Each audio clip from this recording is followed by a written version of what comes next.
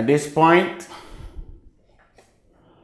we will look into the Bible truth about Jacob, the chosen one of God.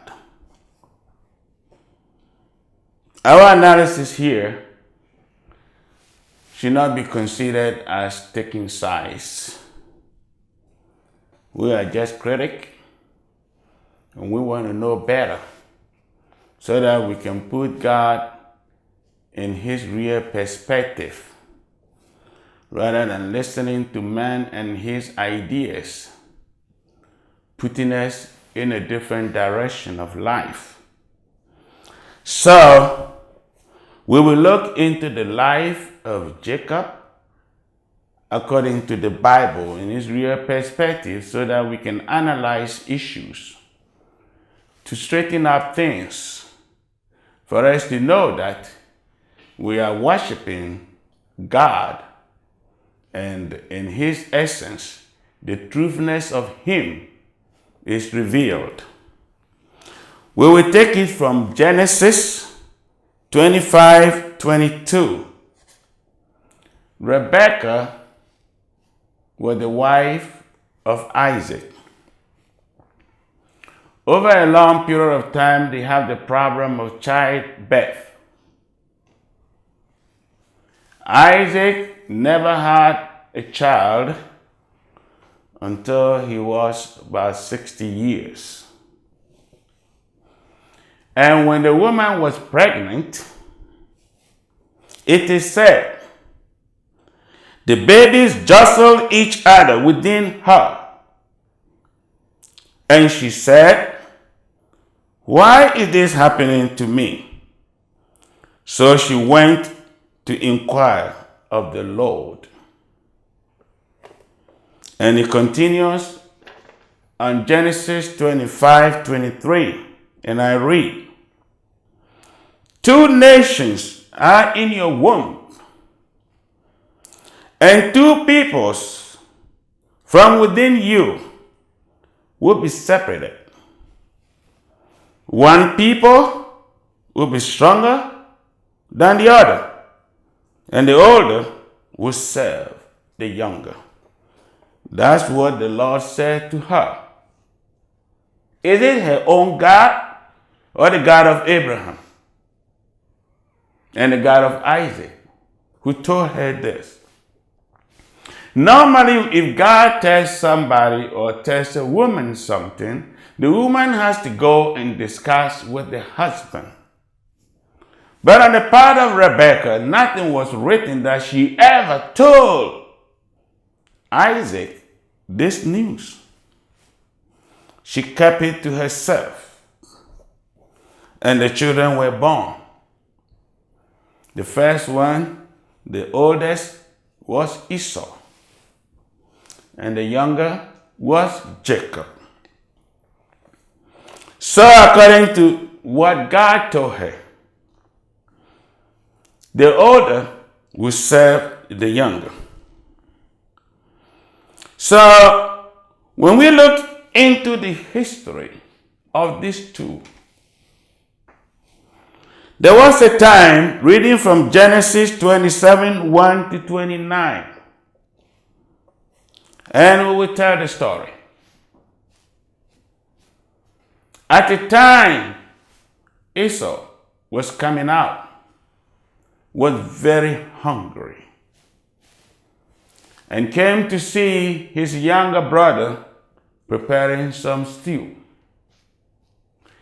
He was so hungry to the point of death. So what did he say? Esau came in from the open country, famished. He said to Jacob, quick, let me have some of that red stew. I'm famished. Some Bible says, I'm dying. Others says, I'm well. What did Jacob say to him? Jacob said, sell me your birthright as of this day. Esau said, look, I'm dying. So what about all this birthright to me? Then Jacob said, swear to me as of this day. So he swore to him and sold his birthright to Jacob. Then Jacob gave him the stew. This issue has been very controversial in the Christian circle. He sold his birthright for food. Do we know the kind of hunger this guy was in? Let's take this into critical analysis. From Hebrew, Paul, in Hebrew 12:16, Paul called Esau a fornicator and a profane for selling his birthright. Also from Malachi 1:1-4, Jacob have I loved, Esau have I hated.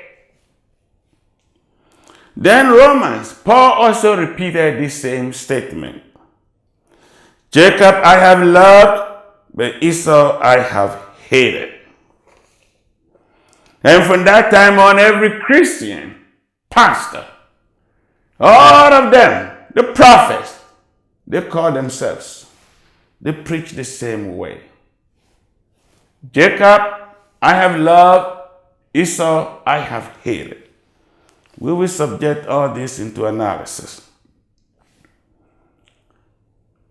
Paul was calling Esau profane and a fornicator. Is it a good qualification for Esau? If Paul had this qualification, he should give it to David. A fornicator, give it to David. A fornicator, give it to Solomon. A fornicator, give it to Absalom rather than Esau. Esau was not a fornicator. He married all the 3 wives. He wasn't a fornicator, so that adjective does not qualify Esau. Secondly, Malachi said, Esau I have hated, and Jacob I have loved. Where in the Bible did Malachi quote from? Malachi quotation came from where in the Genesis? The story between Jacob and Esau. God never spoke. So was he actually putting words in the mouth of God? Did God speak? We will see from the story that God never spoke between Jacob and Esau. So saying that Esau I have hated, Jacob I have loved, God did not say this. And Moses, who wrote it, never said anything of that nature. So where did Malachi get that quotation from? On the part of Jesus, sometimes he defends his statement, directly quoted from the Torah. At one point he said, that's why a man should leave his father and his mother and cleave himself to his wife. And the two are one, and no longer two, but one. He quoted it directly from the Bible. Quoted it directly from the Torah. But on the part of Malachi, where did the quotation come from? It wasn't written. And Paul repeated the same thing. It wasn't written. So are they putting words in the mouth of God? Now let's look at the whole issue. Esau came very hungry. We don't know the type of hunger. It could even kill him. A hungry man is an angry man. Somebody is so hungry to the point of death. He pointed out to the brother, I'm dying. So what is this birthright for? You can take it. He was making a decision. He was making a choice. Is it this God who hate him? To make a choice between life and death? Should he actually die or he should live? This is the point of departure. That most Christians miss the point. Between life and death. Do you choose life over death or you choose death over life? You got to live in order to do things that God wants you to live. And to make a choice, you have to make a wise choice and arrive at a better decision. At the point that he was hungry, he wasn't a fool to say that I'm going to give my birthright to somebody or to a brother just for the food. He wasn't a fool. At that time, he was dying. And somebody can die out of hunger. He wasn't fasting. If you are fasting and you are hungry, that's a different thing. But the real hunger is a serious thing. So he came to his brother that he was famished. He was dying and needed the food. So he made a choice between life and death. And by choosing life to eat the food, is that what they will call him a profane? Is that what they will say God hate him? No. If you choose life over death, that's what God wants. He wants that decision. Life is better than death. You live to satisfy God. Esau made a good choice. Life over death. And arrived at a decision that God will prefer life over death. So that was a good choice and a good decision to live. So here, everybody condemns Esau and have no sympathy for Esau. But at the same time, they will preach morality. At one point, Jesus was asked, what is the greatest law? He said, love God with all your heart, all your mind, all your soul. Then love your neighbor. Upon these two is the foundation of all the laws. Love God, love your neighbor. So are you telling us what Jacob did was love in a family? That is not the love Jesus talked about. At one point, Jesus also said, I will ask you this, that when I was sick, you did not attend to me. When I was hungry, you did not feed me. And when I was in prison, you did not visit me. Then you will say, Lord, when were you hungry that I didn't give you food? When were you sick that I didn't attend to you? And when were you in prison that I did not visit you? Jesus said, as far as you did not do for any of these young ones, these little ones, you didn't do it for me. Which means if I'm hungry, you got to feed me. So these are brothers. You cannot feed your own brother. How can you feed me, an outsider? When Jesus told the story of the Good Samaritan, the Good Samaritan took care of this guy when he was in critical moment, sick at the point of dying. He was able to get this guy the medical attention, food, clothing, and everything to make that he survive. That is a stranger. But this one is your own brother. Even there is no differences in age. Your own twin brother want food. You want to take advantage of his greatest gift, which means over a long period, this young guy has been envying his brother for that, for property. There is no love in the house of God. If Jacob is from the house of God and could not feed his brother, how can he feed a stranger that Jesus was talking about? Like sometimes rich people, when the poor man approaches, they try to run away. They try to hide because they don't want to help. Is that what the real teachings of God is about?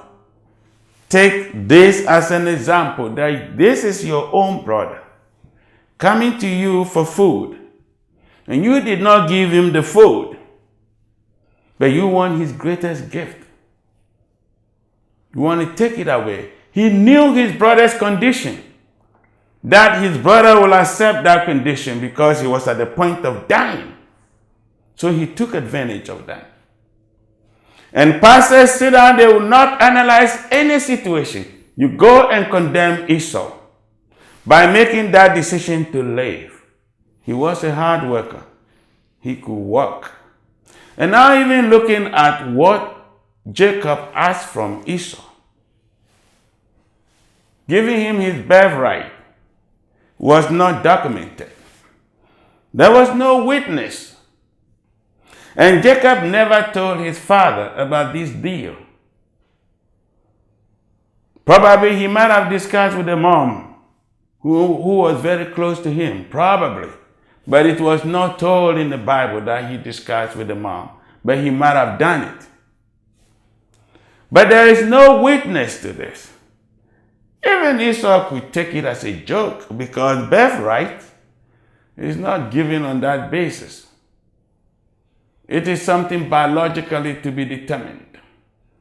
And if this issue has been told, Isaac has been told of this story, it could have been a different thing. It wasn't real. So if they have told Isaac, he would have said, take your nonsense away. Because this is not realistic. Your brother is hungry and you gave him food, and because of this little food, it's not even the food that will keep him for about a week or 2 weeks or a month. It's just at the moment. And people dwell upon that. To take it serious, that this is the foundation, that Jacob is the successor to Isaac. It won't be a problem anyway because they are brothers and they are twins. So it shouldn't even have been an issue when it comes to inheritance. But let's look what happened when the time did come. Although Christians have their views, and according to them was condemning Esau, and what actually happened in the Bible in the day of transferring the inheritance. We will go into the Bible once again, and we will read from Genesis 27, 1 to 40. We will narrate the story. It's time. So Isaac saw that he was getting older, and it's time to look into it, to bless his children. He called Esau to come for his blessings. So he told Esau, please go and hunt. Get a bush meat and prepare me the kind of soup you used to prepare. Which means that boy has a good recipe for the father. He was a good cook. So the father wanted to eat from his hand before he blesses him. That was good. That was his first son, his elderly son, and wanted to bless him. So he said, go and kill, hunt and kill, get some meat, cook, and bring it to me, and I will bless you. While he was telling the son this, Rebecca heard about it. And then she planned. She called Jacob. Please come here.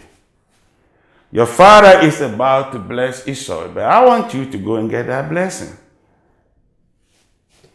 Is it not Jacob that has been said he will be the leader? And Isaac didn't know? Is it not Jacob that the birthright was sold to? And Isaac did not know? So now Rebekah had to come with a plan. First of all, told Jacob, go over there and steal from among our flock the fattest goat. Bring it. And I will cook, and you go and give it to your father for the blessings. Jacob was even afraid of this deal. So he said, Ma, what about if I go and I'm caught? That would be a domination on me all my life.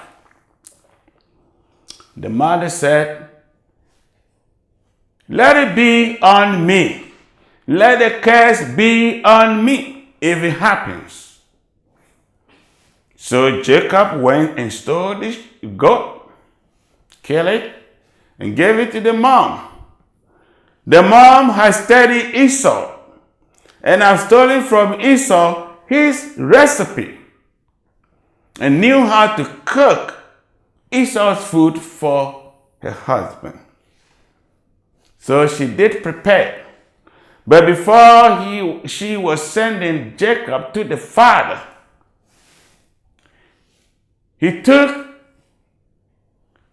the hair of the animal and put it around his neck. Put it around his hands. And then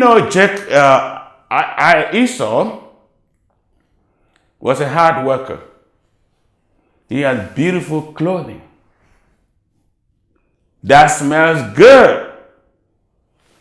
So Rebekah went in and took Esau's clothing and put on Jacob and sent Jacob to the father.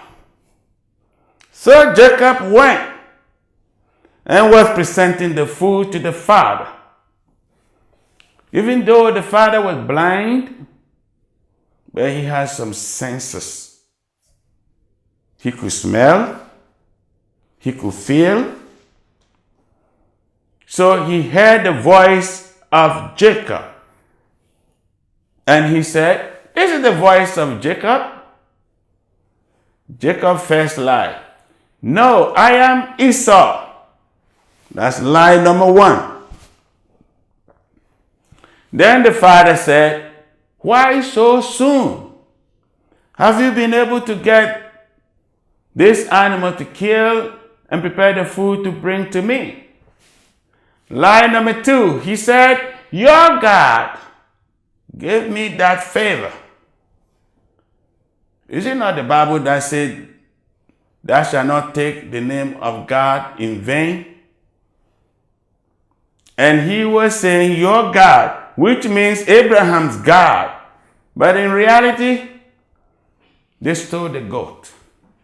Him and Rebekah stole the goat from the family flock. So that is lie number two. And then Isaac said, come forward. He came and he felt on the arms and the neck and saw that this is Esau, because he was hairy. So he blessed him a little and asked him to bring the food. He ate the food. And then he called him to come and kiss him, because Isaac has a sense of smell. He knew how Esau smelled. He was a hard worker, elegant guy. with beautiful clothing. So he came forward to kiss him, and then he saw that the saint was his son, Esau. Then he blessed Jacob, gave him all the blessings, and he went. Later time, Esau came and then called upon the father, I have brought you your food. He said, my God, your brother has come for all the blessings, so there is nothing left for you. And he continued to beg the father, don't you have any blessings left? This is a humble guy. Don't you have anything left for me? This is my twin brother. Don't you have anything for me? Finally, the father looked up and said, come forward. He blessed him and said, there will be a time you will be able to extricate yourself from the control of your brother. So that was the blessing given to Esau. Esau went home very furious. He was infuriated by what the brother has done.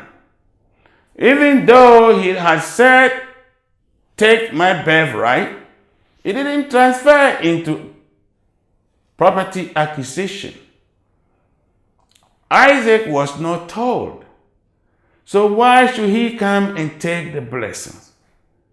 Rebekah had planned. So when Malachi said, Esau I have hated, and Jacob I have loved, Rebekah is not God. It was Rebekah who loved Jacob and didn't like Esau. So is it Rebekah who says, I love Jacob or I hate Esau?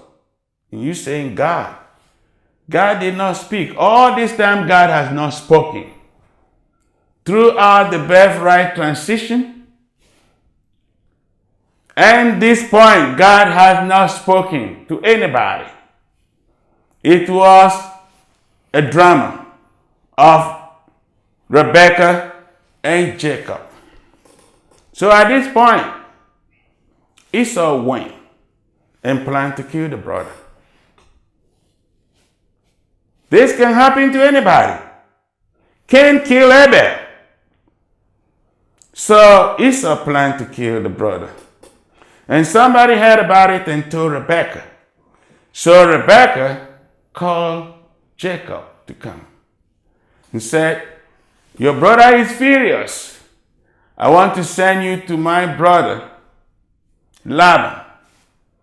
Be with him until your brother's heart calms down. Then I will call you to come back. Another lie. Now Rebekah went to Isaac and said, I don't want Jacob to be taking these Canaan women.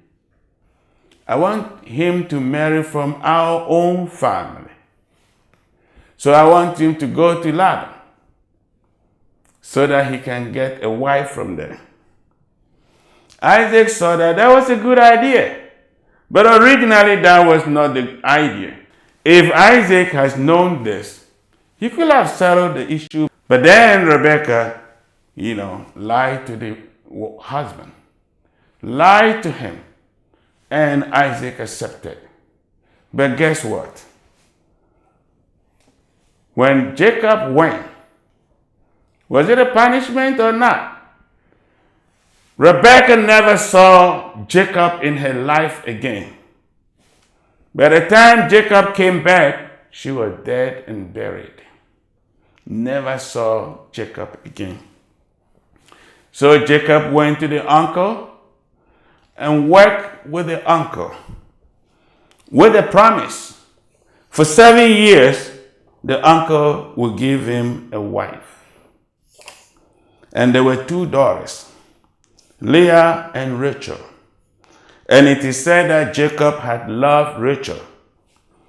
But during the night, what Laban did was to give Leah to Jacob. And after Jacob had enjoyed everything in the night, and the following morning he came to Laban and said, "That is not the actual woman that I asked for." "What do you mean? You want to marry, and I've given you my first daughter. The first daughter must get married before the younger one. So what do you want?" He said, "I still want Rachel." "Are you going to divorce the first one and marry the second one? You want both. Is it greediness or insect?" So he has to work on condition that he has to work for another 7 years. And he did. By the time he was going, he was about 77 years. And now he was almost to 99 years. He married the two women. And then brought them back to his father's homeland. The two women also had maids. Leah had a maid, and Rachel had her maid. And they were all coming with Jacob to the promised land. In Jacob's return home, when he was returning, his biggest problem was Esau. How to pacify Esau, because Esau was still alive. And in his journey home with his wife and his servants and all his property with him, his fear was Esau. Was Esau going to welcome him or not? This is where Jacob has to prepare spiritually. And reading from Genesis, at one point, Jacob prayed to God, "Deliver me, I pray, from the hand of my brother, from the hand of Esau, for I fear him, lest he comes and attack me, and the mother with the children." That was his fear. So he prepared a gift for Esau. He sent his people to meet Esau, to tell him that his brother was coming. Esau was so delighted to hear about the coming home of Jacob. For it was over 20 years he left, and he wished to see him. So going to see him, now Jacob was calling Esau, "my master." So the prophecy that said the older will serve the younger, there's no point that Esau served Jacob. Jacob was saying, "my master Esau." And when he was coming and sent people to meet Esau, and Esau was coming with 400 men, which means he was highly successful. 400 men following him just to meet his brother. Some people may not even have 2 people to take care of. For 400 men, what about those he has left? He has established himself and was going to meet his brother. While he was about to meet the brother bowed down 7 times before going to meet the brother. But guess what? When Esau saw the brother, he ran unto him, hugged him, and kissed him. And that was a period of forgiveness, a true forgiveness from Esau to Jacob. And Jacob was weeping. When he was weeping, crying, both of them, he was repenting. A true repentance at that time. And a free forgiveness from his brother. That is what we call brotherhood. He showed him the love of God. Welcome home, my brother. That is the love of God. Esau wasn't prepared to harm him. He was prepared to receive him as a brother. And that is the essence of God. Then after this, Jacob said, I prepared this gift for you. You know what the brother said? He said, keep everything, my brother. I have enough. And it is true, he had enough. You know what some Christian pastors will say? Oh, Jacob has to pressurize him to receive the gift. If not, he will have harmed him. That is an infantile preaching. Look at the time they hugged. There was no gift involved. And Esau hugged him and kissed him, showing true brotherly love. Jacob wept, illustrating his essence of true repentance. This happened before he presented the gift. And his brother said, I have enough. Keep it for yourself. That is a true brotherly love. But Jacob insisted and finally received the gift. And they went and they lived together. So where in point do we say God hated Esau and God loved Jacob? Esau was successful, highly successful. And his children became what? They became chiefs. But guess what? When Jacob was going to get wife from the mother's line of inheritance, then Esau discovered that the parents never liked his marriages. So he linked himself to Abraham by marrying his uncle's daughter. His uncle Ishmael.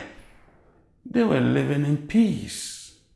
He married Ishmael's daughter and linked himself to Abraham. So they are all connected to Abraham. He showed him the true love. So when we are preaching about Esau and Jacob, we have to be really careful about the issues involved. God wasn't speaking, but it was illustrating the element of God. How do you allow God to work through you? So Esau showed the true love to Jacob, who did not show love to his brother. Now also, the true nature of Jacob. We will go to a point that Jacob's daughter was assaulted. Why they live? He has a daughter named Diana with his wife Leah. And the king's son, Shechem, assaulted Diana. But Shechem loved Diana and told the father, I want to marry this woman. Can you go and talk to the father on my behalf? So the father, Ham, went to Jacob and told Jacob that his son wanted to marry the daughter. But Jacob discovered that the child has been abused, so she was infuriated. However, he calmed down, and the king was trying to have a dialogue with him to reach an agreement. The agreement was, let my son marry your daughter, and your sons marry our daughters, so that we can live in peace. Jacob said, all right, my children are not here, so when they come, I will tell them. When they came and they was told, Initially, they were angry that the Diana had been abused by Satan. However, on one condition, because they also want women, so they said, how can this be possible while we are circumcised and they are not circumcised? So Jacob called the king and the prince and told them, and the king said, if it is only about circumcision, then we will go and circumcise. So on that condition, the king went and told all his people and all the males in the society circumcised. On the third day after circumcision, you know that is the most painful period in circumcision. Simon and Levi, the two sons of Leah and Jacob, withdrew their sword, went and killed all the men. Lack of trust. They killed all the men. Is it the people that caused the trouble? If you want to kill, just kill Satan. He's the one that abused Diana. But they killed all of them and left the women and their daughters alive. So they're going to go with their women and their daughters. Plenty of fish for them. Is this kind of behavior an acceptable behavior? When pastors are preaching, they should look into all this and tell us the true story and tell us the true essence of God so that we can correct the mistakes of the past so that we can also be better. We're not condemning anybody, but this kind of behavior in the house of Jacob, it did happen. And also, at the point when Rachel died, that was a moment of sadness.